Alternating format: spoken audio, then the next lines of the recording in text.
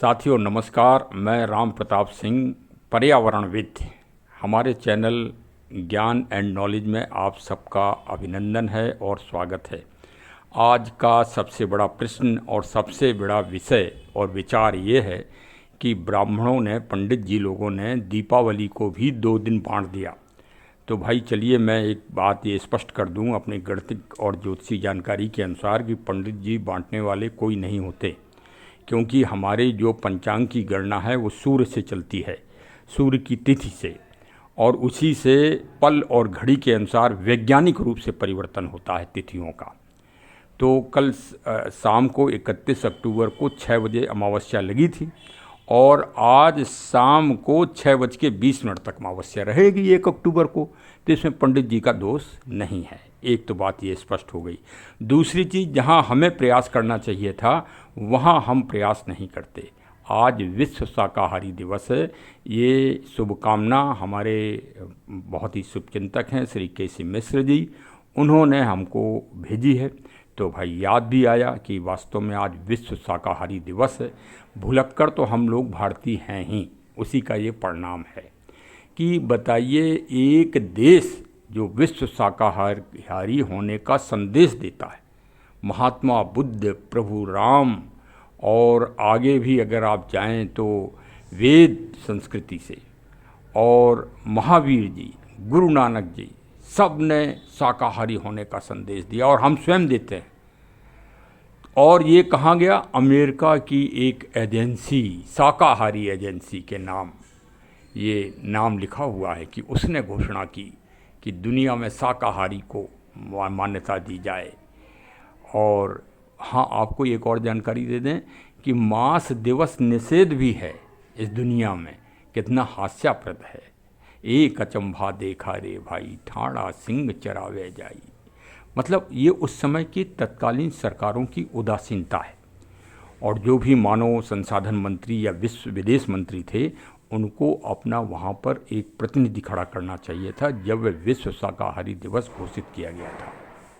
और उनको भारत और सनातन संस्कृति का अपना आधार रखना चाहिए था। हाँ, जैसे अब आयुर्वेद में आधार रखा, तो आयुर्वेद में बहुत बड़ा परिवर्तन हुआ है। आयुर्वेद में अगर कोई चीज़ अब पेटेंट कराएगी दुनिया का कोई भी देश, तो भारत सरकार से परमिशन लेगा, वो एनओसी लेगा।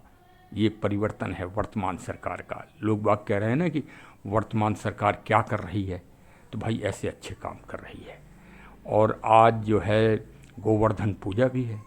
गोवर्धन, जहाँ इंद्र के अहंकार को चकनाचूर कर दिया हमारे प्रभु ने, भगवान योगेश्वर कृष्ण जी ने। इसलिए ये इस बात का मोटिवेशन है, प्रेरणा है कि प्रभु ईश्वर अहंकार किसी का बर्दाश्त नहीं करते।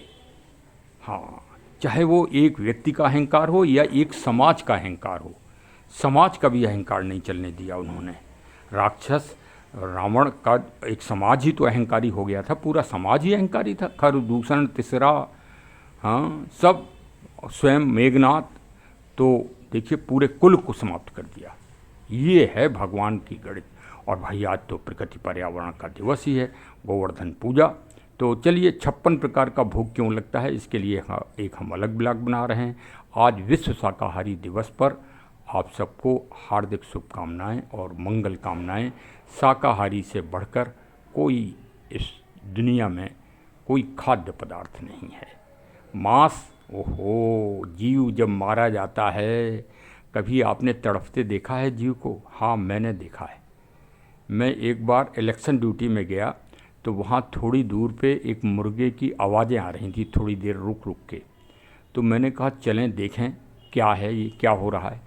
तो मैंने देखा कि कुछ लोग जो है वहाँ इकट्ठे हैं, और वो जो मुर्गा बेचने वाला है वो जिंदा मुर्गे को गरम गरम खौलते पानी में डाल रहा है। तो एक बार में मुर्गा नहीं मरता, कई बार आवाज़ लगाता है। क्या आवाज़ लगाता है?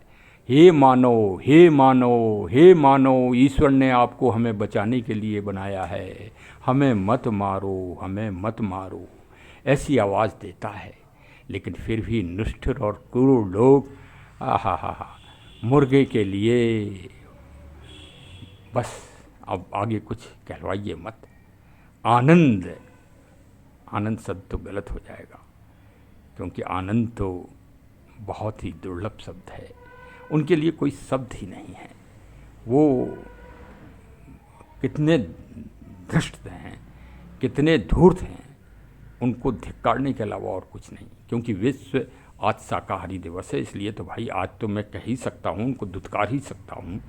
हाँ, हमें संयुक्त राष्ट्र संघ पावर दे रहा है और हमारा चैनल तो भाई जीव जंतुओं के और प्रकृति के रक्षा व संवर्धन के लिए जागरूक ही रहता है, जन जन की चेतना फैलाता है।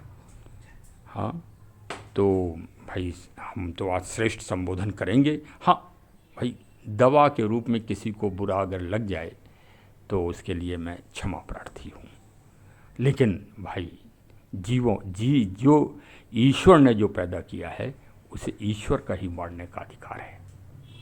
या कानून के द्वारा मारो भाई, फांसी आसी दिलवाओ उसको, कोई जानवर को तो आप मार सकते हो।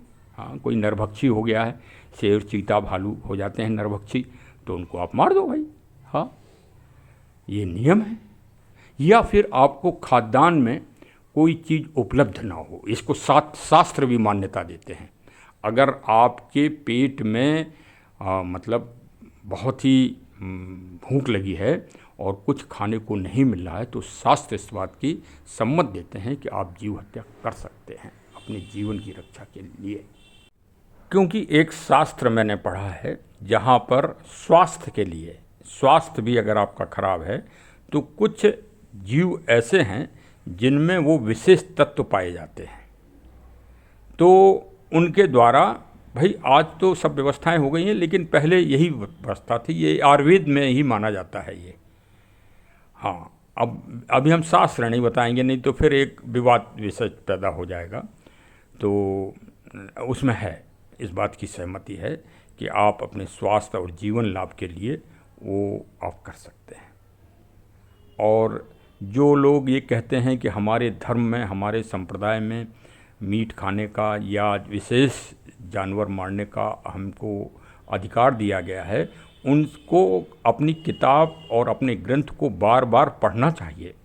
आज प्रत्येक आदमी बुद्धिमान है, आप किसी के बहकाने में मत आएँ। गीता यही संदेश देती है कि आप किसी के कहने से या किसी के उससे आप कोई कार्य मत करिए, आप स्वयं अपना दिमाग लगाइए, तर्क करिए, भगवान से भी तर्क करिए।